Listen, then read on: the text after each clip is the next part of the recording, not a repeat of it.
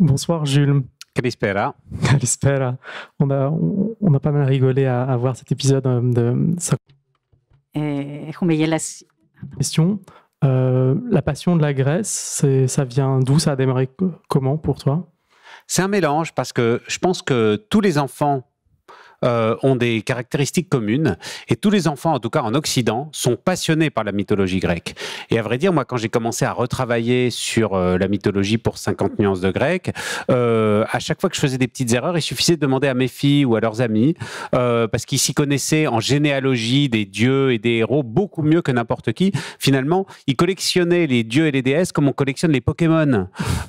Et ils avaient cette connaissance-là. Et c'était la même chose pour moi. J'étais passionné par ça. Puis, j'ai étudié d'autres choses, j'ai un petit peu oublié et je suis revenu à ça, à la fois parce que moi, j'ai fait des études d'histoire, mais j'ai travaillé sur la Chine en fait, donc c'était très loin de tout ça, c'était pas du tout ma spécialité. Et puis j'ai étudié aussi la philosophie, donc évidemment on est extrêmement nourri de cette pensée gréco-latine.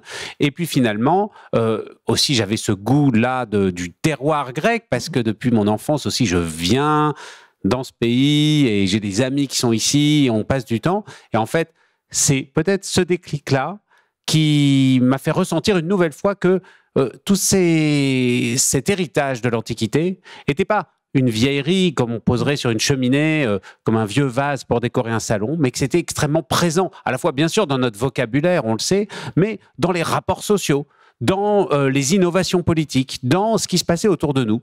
Et moi, mon travail d'humoriste, qui vient d'abord de la satire du dessin de presse, du dessin d'actualité, c'est de parler du monde qui nous entoure, c'est pas de plonger dans les époques anciennes. Et moi, le moyen que j'ai trouvé finalement le plus efficace pour parler des rapports entre les hommes et les femmes, de la crise économique, de la production culturelle, de la géopolitique. Finalement, c'est de piocher dans ces grandes tensions finalement éternelles mises en scène par la mythologie pour éclairer notre présent. Ouais, parce que là, le public grec a pu découvrir ce soir avec La Nuit des Idées, le 50 nuances de grec. On a pu sous-titrer et diffuser quelques épisodes, merci beaucoup. Il y a une autre série qui s'appelle Silex and the City. Alors, dans les deux cas, on joue bien sûr sur l'anachronisme des scènes actuelles avec soit des personnages de la préhistoire ou des héros, des dieux et déesses de la mythologie grecque. Donc, bien sûr, il y a comme toujours l'humour qui est lié au déplacement comme ça. Mais comme tu le dis, ça va un peu plus loin que ça quand même. C'est aussi le fait qu'il y a des thèmes qui sont des thèmes qui marchent toujours, des sujets. Je ne sais pas, on a vu dans les épisodes ce soir les relations femmes-hommes, les rapports de pouvoir, la tolérance, l'intolérance, qui sont des choses finalement qui ne s'usent jamais, quoi, donc on peut aller chercher très loin et trouver finalement de la nouveauté dans ces histoires. Voilà, alors on le voit bien tout simplement dans la présence et l'actualité encore des grandes tragédies, des grandes comédies issues du théâtre classique. On monte encore aujourd'hui Phèdre, Andromaque, les tragédies, les pièces de Sophocle, les pièces de...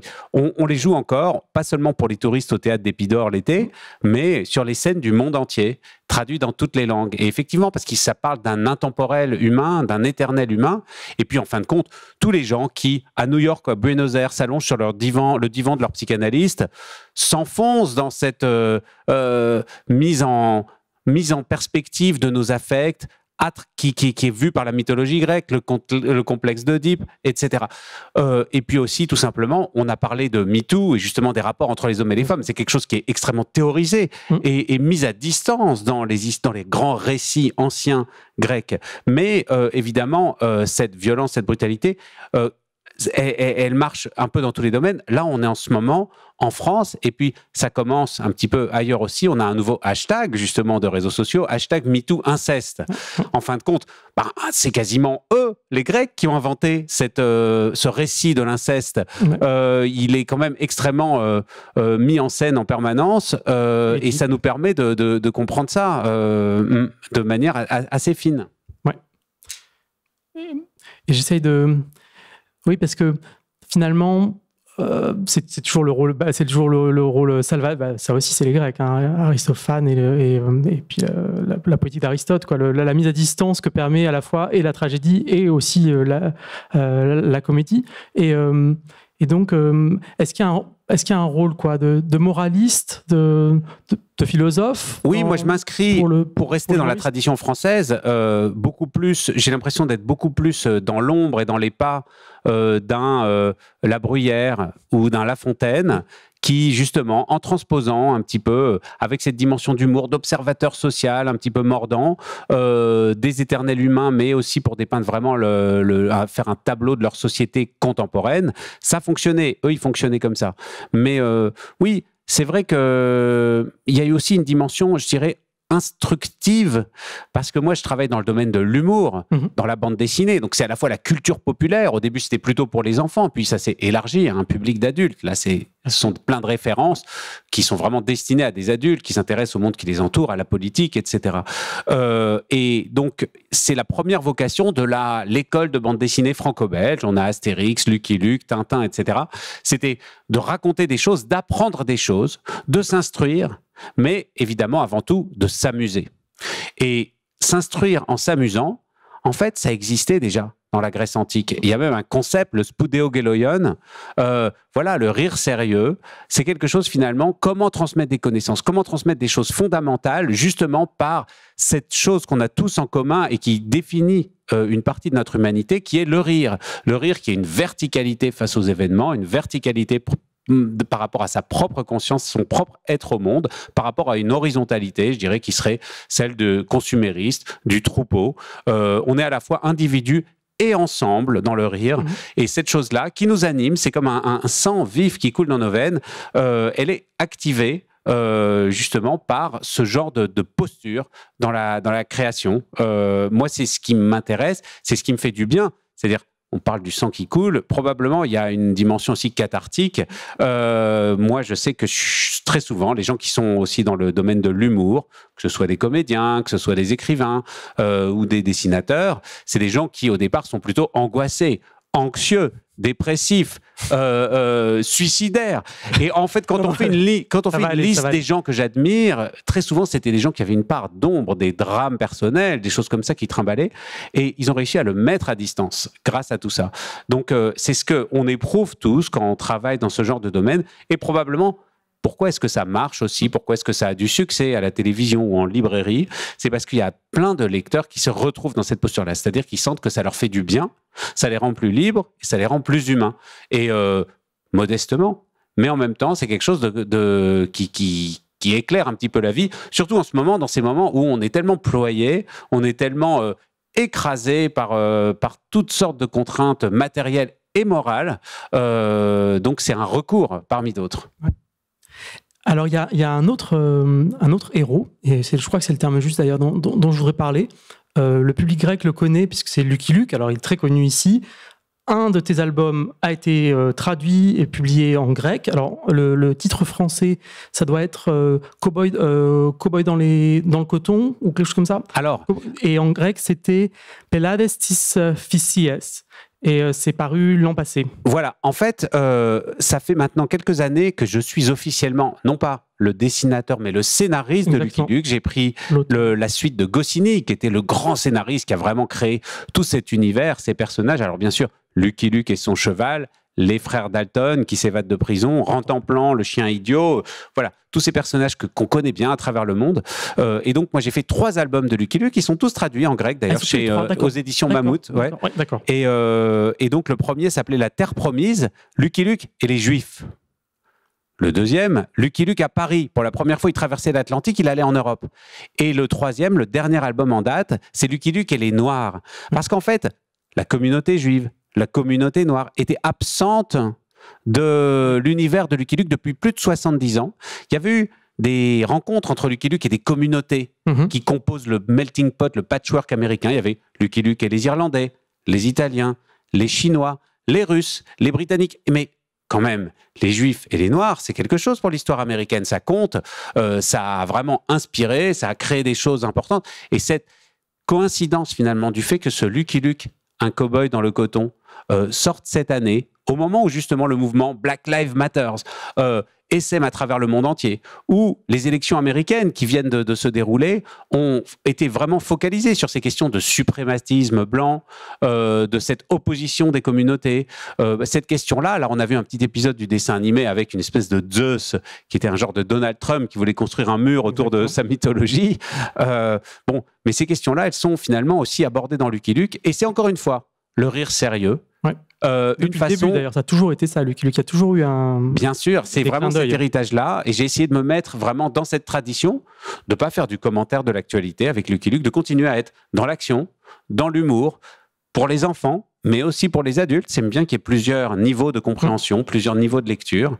Et tout ça, c'est une responsabilité. Effectivement, je suis content d'accompagner ce héros qui est comme un héros grec, qui a des super pouvoirs.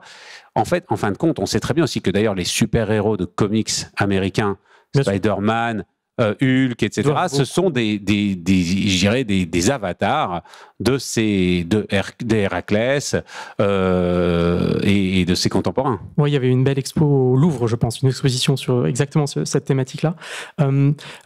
Pour rester sur Lucky Luke, quand on préparait la discussion, tu me disais, pour toi, c'est vraiment... alors bien sûr, c'est le héros de western. Le héros de western est un héros au sens d'Homère, au sens de la littérature de l'Antiquité. C'est le cow-boy solitaire. Là, c'est la différence. Peut-être que c'est pas. Lucky Luke, c'est moins choral. C'est quand même un homme face à un univers hostile, curieux, qu'il traverse, qui garde toujours sa réserve. À la fin, il repart. Alors non pas tout seul puisqu'il est avec Jolly Jumper, mais quand même, il repart. Et il n'arrive jamais. Surtout, c'est vraiment le périple sans fin à travers l'Ouest. C'est vrai, et c'est vrai qu'on peut trouver plein d'échos dans la mythologie grecque de tout ça, parce que Ulysse, il est au carrefour de plein d'itinéraires mythiques, finalement. Ce cow-boy solitaire qui arpente éternellement, sans fin, une espèce de désert de sable, faute d'être un désert de mer, évidemment, c'est Odysseus. Évidemment, c'est celui qui, sans repos, est loin de son foyer. Alors, je ne sais pas si... Je suis sûr qu'il y a une ville qui s'appelle Ithaque, quelque part dans l'Ouest, parce que finalement, tous les patelins de l'Ouest ont pris des noms de... Ohio, je pense, non? Oui. New York, Ithaque à New York. Voilà, il y a bien Paris au Texas et Athènes dans je ne sais plus quelle province, mais oui, bien sûr. Il a ce côté, comme ça... errant du chevalier, mais Ulysse, c'est aussi une créature un peu... Lucky Luke, voilà, je saute de l'un à l'autre, mais c'est aussi une créature un peu hybride, comme il peut y en avoir dans ce monde-là, justement, où le rapport entre les êtres vivants est assez fluide. On le voit dans toutes les métamorphoses, magnifiquement transmises à nous par Ovide. On est à la fois humain et végétal et animal à différents moments de ses propres métamorphoses et de sa propre vie. C'est très oriental d'ailleurs, c'est la dimension très orientale qui nous a été offerte. Et Lucky Luke, c'est un genre de centaure, parce que Lucky Luke, il est indissociable de son cheval Jolly Jumper, et avec qui il fait une conversation. Lucky Luke, c'est un peu le héros parfait, un petit peu lisse, qui n'a que des bons sentiments. Mais finalement, la colère, la paresse, l'ironie, tout ça, c'est son cheval, en fait, qui assume tout ce dialogue-là. Et en fin de compte, on pourrait dire, pour un psychanalyste, que voilà, il y a le moi qui porte un chapeau et des bottes de cow-boy, et le surmoi, finalement, qui est chevauché par le moi, c'est Jolly Jumper, la part inconsciente, la part de l'affect, des fantasmes, c'est le cheval. Donc, il y a cette dimension-là. Et enfin, pour moi, Lucky Luke, avant tout, n'oublions pas que c'est quelqu'un qui recommence un peu à zéro à chaque fois ses aventures, comme vous le disiez, ouais. Mais c'est aussi quelqu'un qui court après les gangsters pour les mettre en prison, en particulier les Dalton. Dans énormément d'aventures, il attrape les Dalton qui se sont évadés, il les remet dans le pénitencier. Mais évidemment, immédiatement après, les Dalton s'évadent une nouvelle fois, parce que ces pénitenciers, malgré tout, c'est des passoires, et Lucky Luke doit de nouveau leur courir après. Et heureusement que les Dalton ne sont pas à chaque fois définitivement enfermés, parce que sinon, il n'aurait plus d'emploi, il n'aurait plus de sens. Donc Lucky Luke, qui sans arrêt renouvelle la même mission, c'est Sisyphe. Et Sisyphe, Lucky Luke, c'est passionnant de le voir comme ça. Et surtout, si on prend encore un peu de recul par rapport aux interprétations qu'on a pu faire de ce mythe de Sisyphe, Albert Camus, le philosophe français, a écrit tout un essai intéressant là-dessus, justement pour illustrer sa théorie de l'absurde. voilà, cet éternel recommencement du rocher qu'on roule ou des Dalton qu'on enferme, et à la fin, finalement, comme image de la condition humaine, en disant que voilà, Sisyphe, c'est nous, et finalement, il faut imaginer Sisyphe heureux. Ouais. Et effectivement, je pense qu'on peut comprendre Lucky Luke différemment si on a cette perspective. Absolument. Moi, ça m'a évoqué un poème qui est très connu ici en Grèce, qui est un poème moderne de Constantin Cavafy, mais qui fait référence aussi au personnage d'Ulysse. Et il dit à un moment, n'écourte pas ton voyage, mieux vaut qu'il dure de longues années. En fait, il faut, c'est le sens des, c'est Ithaque, mais à la fin, c'est les Ithaques. En fait, il y a plus de sens, plus de beauté dans toutes les rencontres qu'on fait au cours du chemin que d'aller trop vite, de retourner trop rapidement à Ithaque et à la famille, à Pénélope, au foyer. Merci beaucoup, Jules, des dessins aussi qu'on a vus, qui ont commenté cette soirée de la Nuit des Idées. Bah, je pense que c'est important justement d'avoir ces rencontres, de retourner comme les saumons qui remontent à la source de la rivière, de retourner là où tout est... et bon, il y a un chanteur qui s'appelle Claude François, qui lui parle plutôt de l'Égypte en disant Alexandrie où tout commence et tout finit. Bon, je pense que ça marche aussi pour Athènes. Oui, je suis assez d'accord. Merci beaucoup.